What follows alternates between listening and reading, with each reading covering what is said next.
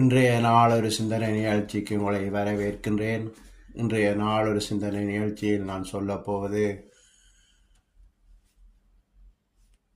இரத்த சாட்சியாக மரிப்பதை பற்றி. அதுக்கு முதல் ஒரு வீடியோ போடுகிறேன், அந்த வீடியோவை பாருங்கள். அதற்கு பிறகு மிச்ச காரியங்களை சொல்லுகிறேன். ஒவ்வொருவரும் தெரிந்து கொள்ள வேண்டிய ஒரு முக்கியமான பதிவாக இது இருக்கும்.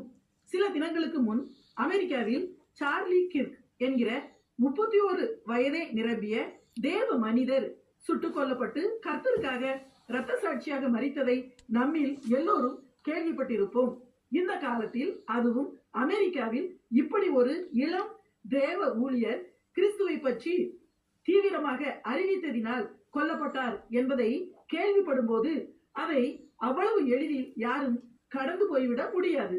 நிச்சயமாக சார்லி கிர்க் என்கிற சகோதரன் இப்போது பரிசுத்தவான்களோடு தேவ சமூகத்தில் இளைப்பாரி கொண்டிருப்பார். இயேசுவின் வருகையில் கர்த்தர் அவரை தம்மோடு கொண்டு வருவார். நாம் இயேசுவோடு கூட அந்த சகோதரனையும் பார்ப்போம். அவர் யார்? இயேசுவுக்காக சார்லி கிர்க் எப்படி ஊழியம் செய்தார்?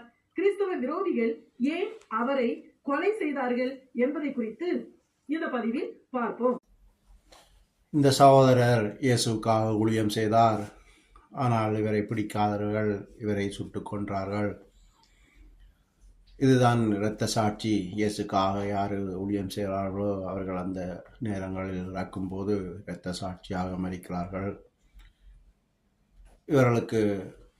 இவர்கள் நேரடியாக பரதேசில் இருப்பார்கள். இவர்களுக்கு தான் நித்திய ஜீவன் உண்டு. ஆனால் இந்த இஸ்லாமியர்கள் சொல்கிற மாதிரி, இந்த ஹமாஸ் கொல்லுற மாதிரி கொண்டு விட்டு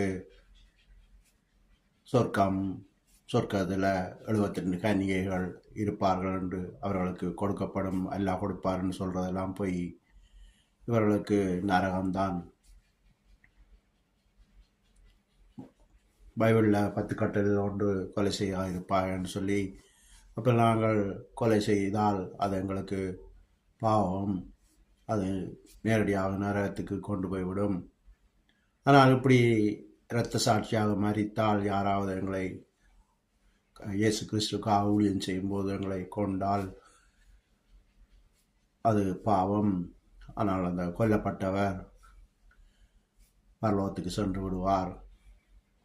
இதை புரிந்து கொள்ள வேண்டும். குறிப்பாக இஸ்லாமிய சகோதரர்கள் புரிந்து கொள்ள வேண்டும். அல்லாஹ்க்காக செய்கிறோம், அல்லாஹ்க்காக கொல்லுகிறோம் என்று சொல்லி அல்லாஹ் என்று கத்தி கொண்டால் நிச்சயமாக அது நரகம் என்று